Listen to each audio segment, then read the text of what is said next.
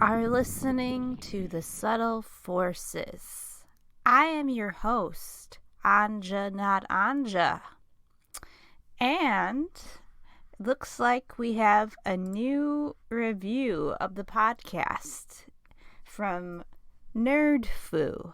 Nerdfoo says, "These are wonderful audio journeys, and I can honestly say I've enjoyed each one of them.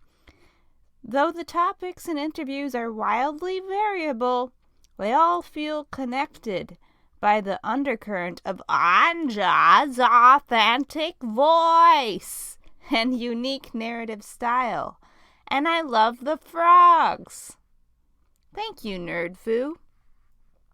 Well, Nerdfoo, I hate to break it to you, but I'm going to disappoint you this show because I've been thinking about what I'm doing here with the subtle forces, and I've been realizing it's vapid, and I need to start talking about real issues, real news, because I don't know if you've noticed, but like everything in the world is spiraling toward demise in every sense, in every level. And what I'm doing with this podcast is so surface, so terrible, and so selfish that I'm, at least that's what the voice in my head and my dark moments is saying. So I'm going to indulge that voice. I'm going to should on myself. And for the rest of the show, I'm really only going to talk about those hard-hitting issues, the news. I'm going to go through the news with you. All right. You ready?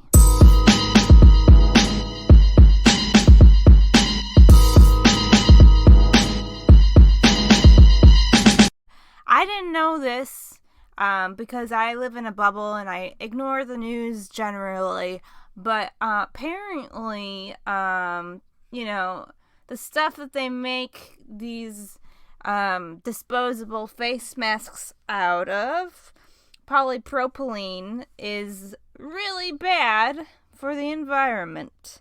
And of course, polypropylene is plastic, and so plastic can take as long as 450 years to decompose, and definitely every time I walk outside, I see at least one, if not 16 face masks just scattered on the ground. And on June 1st, in the city of Milwaukee, masks will no longer be mandated in public places, my workplace included, for people who are vaccinated, and I am vaccinated. But that's still a couple weeks away. And overall, I would say I'm a lot more calm now that I'm vaccinated, because I'm not constantly stressed out about receiving or transmitting the virus anymore. And yesterday I realized, after 45 minutes of working, I passed a reflective surface at work and saw I didn't have a mask on, and I immediately clutched my hand in front of my mouth and my nose, and I went straight to my supervisors, 3 of them, all clustered, not that far away from me, just like 20 feet away from me, were all 3 of my supervisors, and none of them had noticed that I wasn't wearing a mask, and not one of my coworkers had reported me as maskless. And so I went over straight to my supervisors, clutching my mouth and my nose and my hands, and I said, "I'm turning myself in. I forgot to put on my mask." And then one of my supervisors started going, wee, wee, wee, wee. I knew what to do. They knew I knew what to do.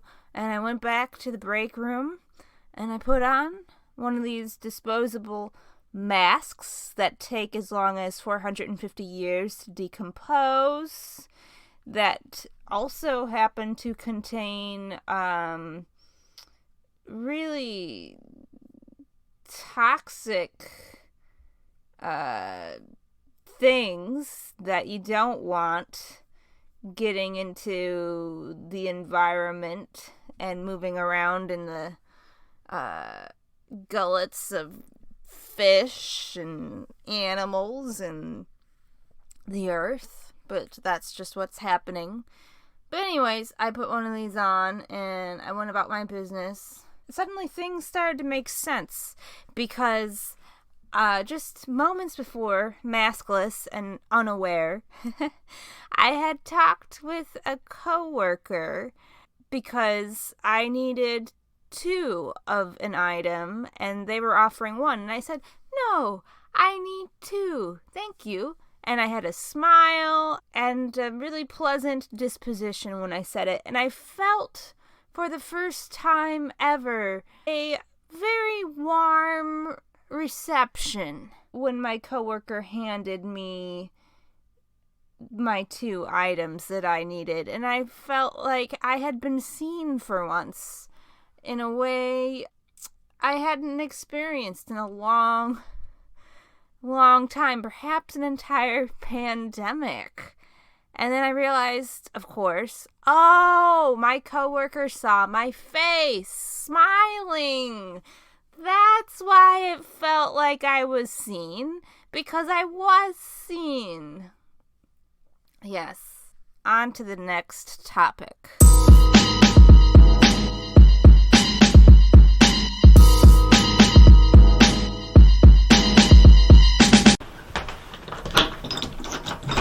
Come on in! Hi! Good to see you! You too! This is going to be my first hug in all of the pandemic. Looks good.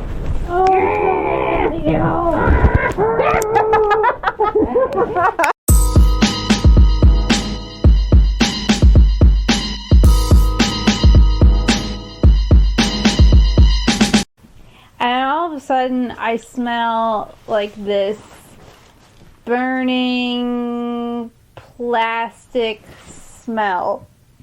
And I have like the slow cooker going. So I go over there and I'm like, is it coming from the slow cooker? Like, is there some electrical thing going on? Like, is something off? Is it just like too hot on this counter surface? Because this counter is kind of vinyl and I'm like sniffing. And I'm sniffing. It's okay. I'm sniffing and I'm sniffing. I can't trace it coming from that. So I go into the dining room and I can kind of smell it a lot. Then I walk towards like the air conditioning unit and there's like a gap of just like fresh outdoor air underneath it. So I lean in and I sniff there and it's so intense smelling. And I'm like, huh. I think it's coming from outside, so I like walk outside, I walk along our building, sniffing, and like I see our next door neighbors are out on their porch and they're like, smells like burning rubber. And I'm like, oh, you smell that too?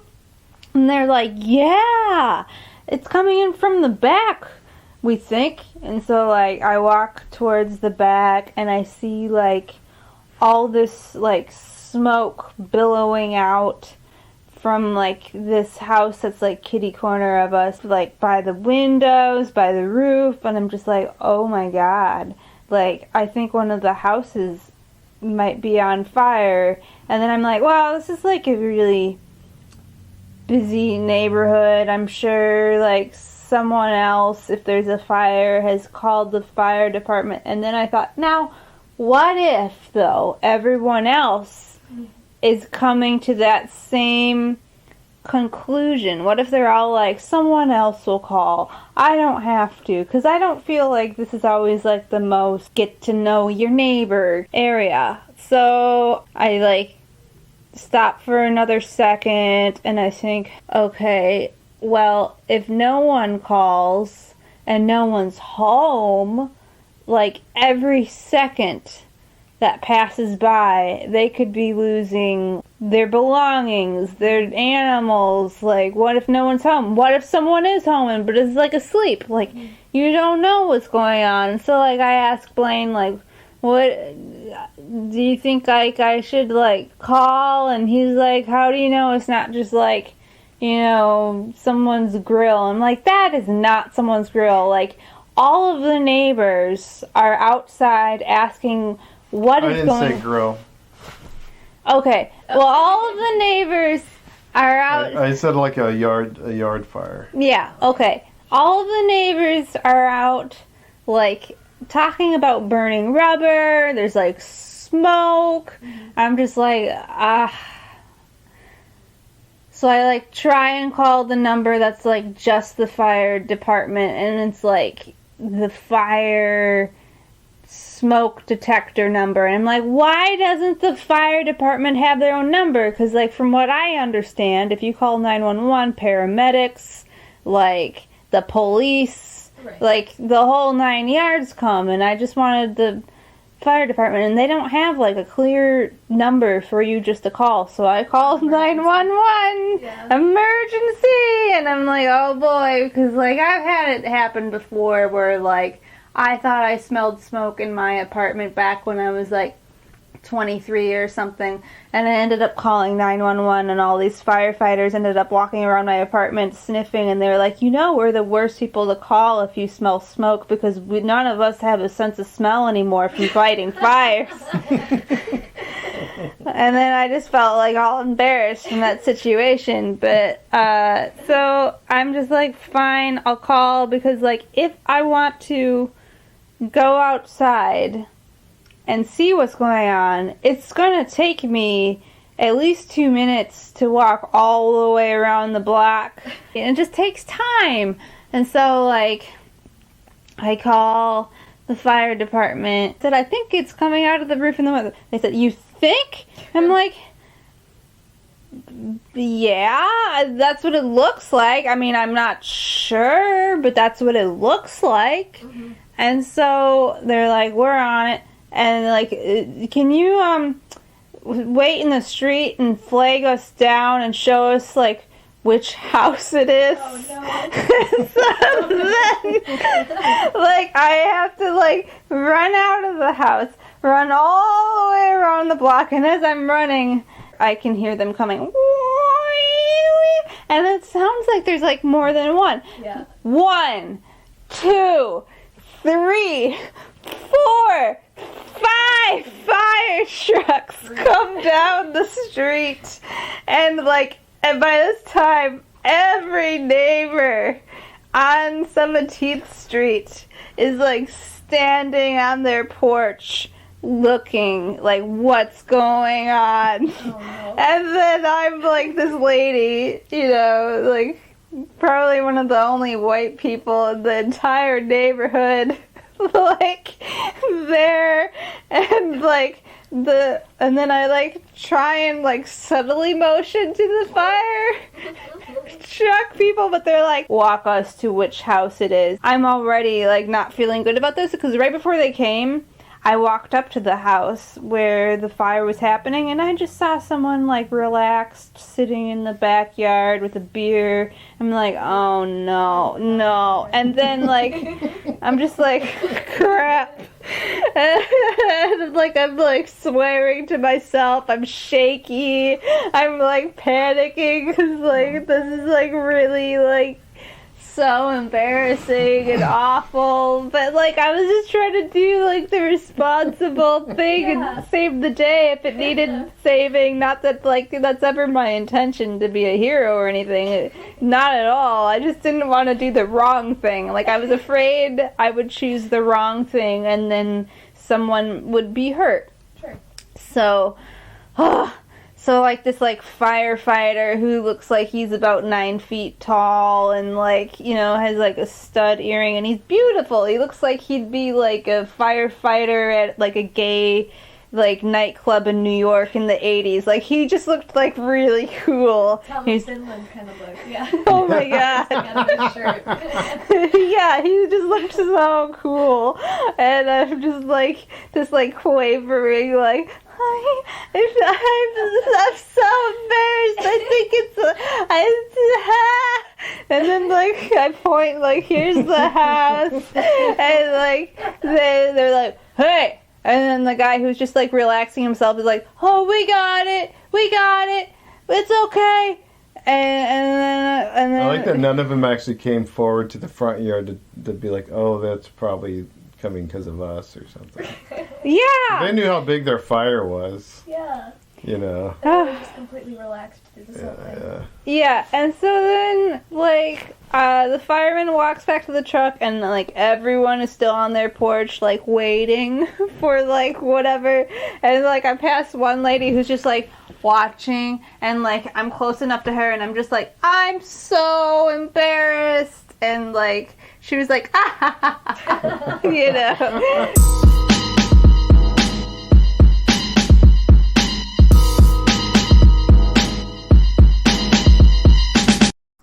Today, I went for a walk in my neighborhood and heard the following things.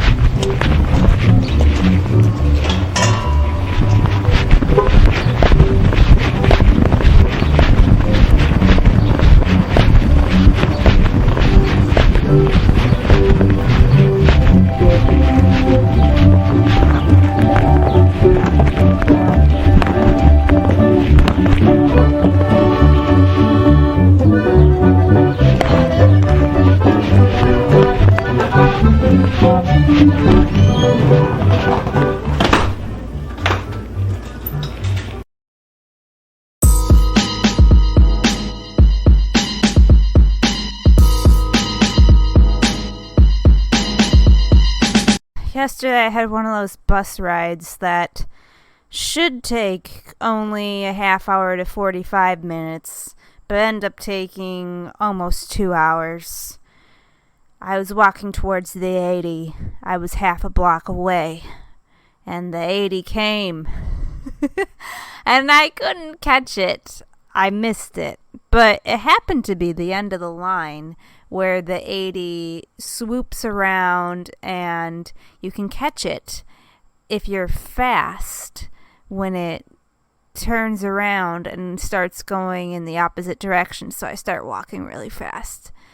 But I still missed it when it was going in the other direction because I wasn't totally sure where the bus stop was because I haven't been taking the bus in a year. And so the next 80 isn't coming for another 15 minutes, and I figure, I can take the green.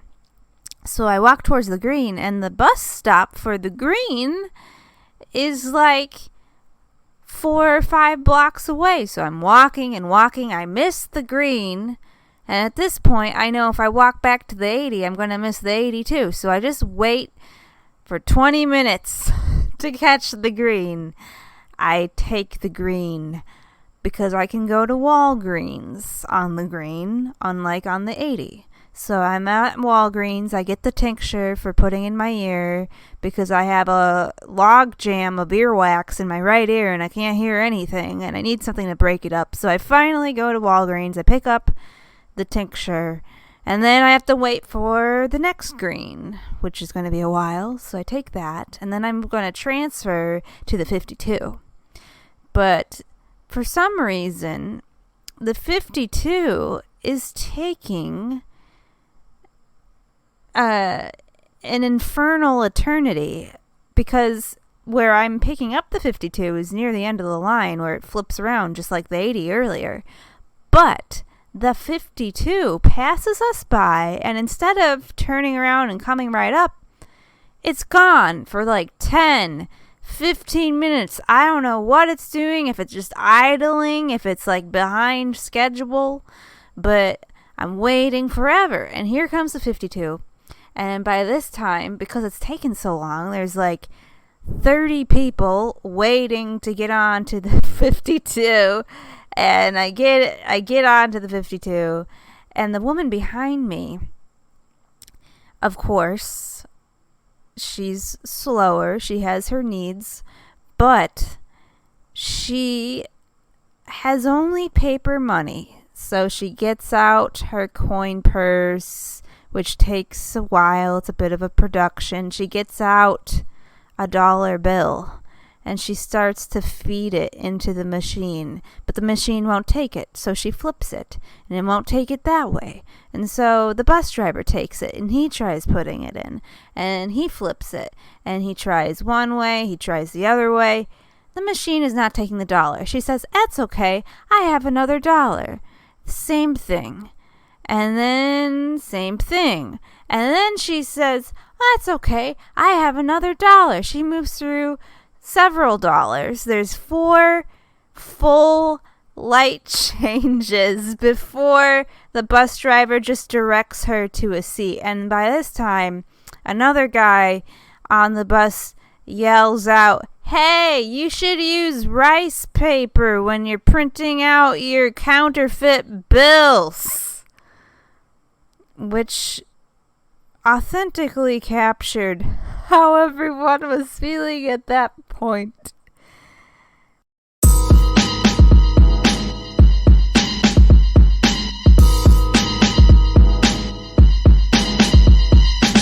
Now, what if we had the ability to beam instantly from one place to another? And what if it was a zero emission technology? Would people need jet planes anymore? What would be the environmental impact? How would it affect crime? Would it be too easy to get away? Who would monitor who gets to beam? At a certain age, do you get to beam, or is every child permitted a beaming range? Can you put a range on people who beam? Can you only beam in certain areas? How would you prevent beaming farther? What would it take to beam? Scientists, what do you think? Let us know. This is a very serious matter. Thank you.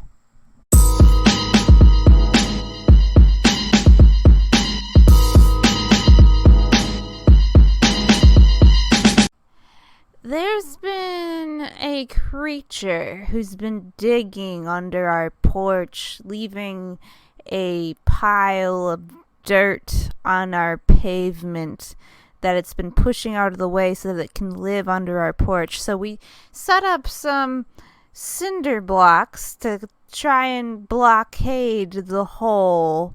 But at the same time, we didn't want to blockade it too much in case we trap whatever's down there. The other morning, we were running a little late for work when my husband went out the door first to open up the garage and everything. And he goes out there, and within a few moments, he comes back into the house. And he says, "I know what is living underneath the porch." And I go, "Oh?" He said, "I saw a baby skunk and it was so cute, but I startled it and it emitted a little and it didn't hit me, but it got into the air and I could smell it. I could smell the baby skunk." And I said, we're running late, but you can't wear those clothes to work all day. You smell like skunk." My husband quickly changes his clothes and successfully does not smell like skunk because it was a baby skunk and not an adult skunk. Because if it was an adult skunk, he'd have to take a bath in tomato juice, just like the neighbor man I remember who lived across the street had to do when I was a little girl. He told me all about it. He said he had to fill a bathtub with tomato juice and soak in it. And even then, a few days later, he still smelled just a little bit like skunk.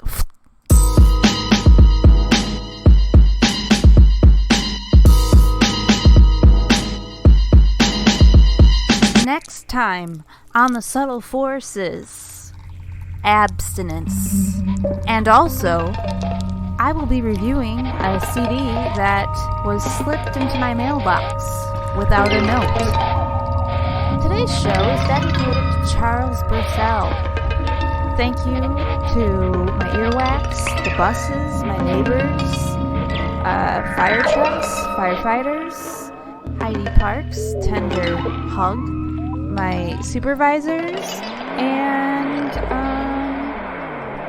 Nerd Food, who reviewed the show. Please review my show too, and I will read your review on air, on podcast. Thank you. And remember, whenever you encounter a subtle force, you have both your feelers and your logic inside you to interpret it. So you might as well use both.